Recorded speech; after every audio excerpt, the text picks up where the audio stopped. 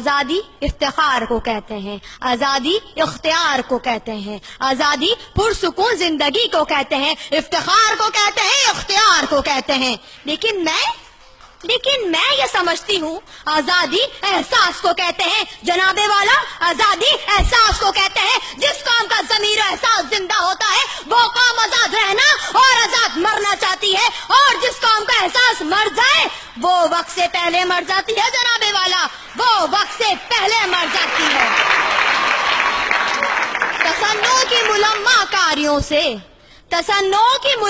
کاریوں سے کہاں تک زخم پناہ کو بھرو گے؟ اناسازی بہت مہلک عمل ہے،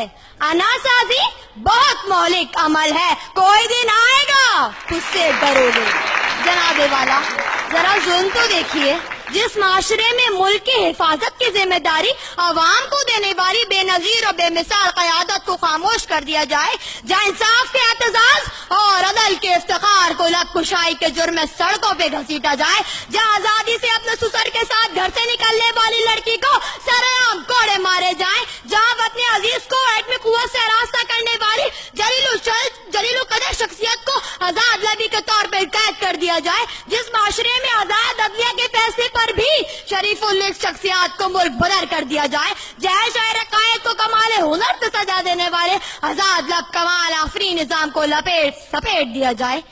جناب والا یہ تو تاریخ پہ انمٹ نقوش تک لمحات سخت آزمائش کے وہ صفحات ہیں کہ جن سے اختلاف و انحراف گویا خود کو دھوکہ دینے کے مترادف ہے۔ اب ذرا ان واقعات کی طرف بھی نظر ڈالیے جو ہمارے اطراف میں بکھرے پڑے ہیں۔ کیا ہوا شمائلہ کا جس نے آزاد لب ہونے کا زخم اٹھایا، اپنی زندگی کا آزاد فیصلہ کیا اور عالمی حقوق نسواں کی تنظیم کے آنچل میں پناہ طلب کی؟ کیا ہوا ان 5 بہنوں کا جنہوں نے جاگیردار کے سامنے آزاد لب ہونے کا اظہار کیا اور بھرے بازار میں ان کی عزت کی دھجیاں بکھیر دی گئیں؟ کیا ہوا ڈاکٹر عافیہ کی عافیت کا جو آزاد لب ہونے کے باوجود پابند سلاسل ہے؟ کیا ہوا اس پولیس مین کا جو آزاد لب ہونے کے دھوکے میں آ کر اپنے فرائض سے سبکدوش ہونے کا اعلان کیا؟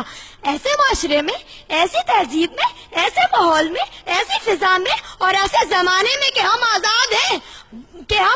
ہیں، وہ سحر، وہ قہر اور وہ شر و شرارت ہے کہ جس کو دیکھ کر اور سمجھ کر ہم کبھی سرسر کو صبا اور ظلمت کو ضیا نہیں کہہ سکتے۔ جناب والا میں بتاتی ہوں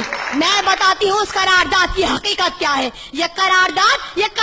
صرف قائد ایوان کے لیے ہے، یہ جس کی چاہے پگڑی اچھالے، جس کی چاہے عزت پامال کرے، یہ چاہے تو ارباب اور رباب کو تماچا مارے، یہ چاہے تو افغان بدن کو لہو لہان کرے، یہ چاہے تو عبدالعزیز کو برقع پہنا دے، یہ چاہے تو عبدالرشید کو جھٹلا دے۔ اس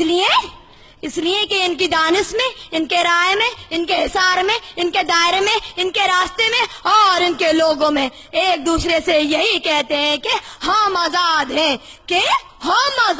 ہیں، میں تو صرف یہی کہہ سکتی ہوں کہ